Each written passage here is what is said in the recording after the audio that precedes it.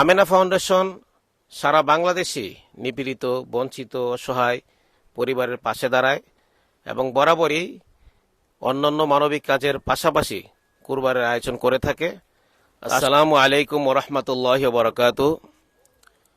পবিত্র ঈদ উল আজহার আজকে তৃতীয় দিন। আমেনা ফাউন্ডেশনের পক্ষ থেকে খুলনার দিঘলিয়ার মাদানীনগরে গরু কোরবানি করা হয়েছে এবং উপহার স্বরূপ এখানে যারা আছেন, যারা কুরবানি করতে পারেন নাই, তাদেরকে এই কুরবানির গোশত আমরা উপহার দিব। আমরা প্রথমেই আমেনা ফাউন্ডেশনকে ধন্যবাদ জানাচ্ছি সুন্দর এই আয়োজন করার জন্য এবং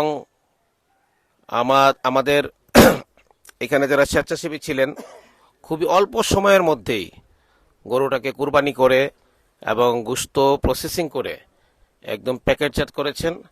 আমি আমেনা ফাউন্ডেশনের পক্ষ থেকে তাদেরকেও ধন্যবাদ জানাচ্ছি। আমেনা ফাউন্ডেশন সারা বাংলাদেশে নিপীড়িত, বঞ্চিত, অসহায় পরিবারের পাশে দাঁড়ায় এবং বরাবরই অন্যান্য মানবিক কাজের পাশাপাশি কুরবানের আয়োজন করে থাকে। তা আসলে আপনাদেরও খুশকিসমত, আর রিজিক যেখানে থাকে সেখানে আসবেই। আমরা এক সপ্তাহ আগেও জানতাম না যে এখানে কুরবানি হবে।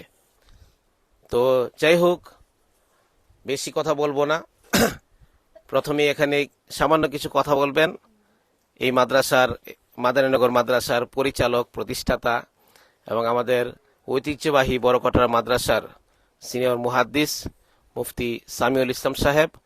ঢাকা থেকে উনিও আমার সাথে এসেছেন এবং এই কাজটাকে মূলত ওনার কারণে এই কাজটা করা সম্ভব হয়েছে।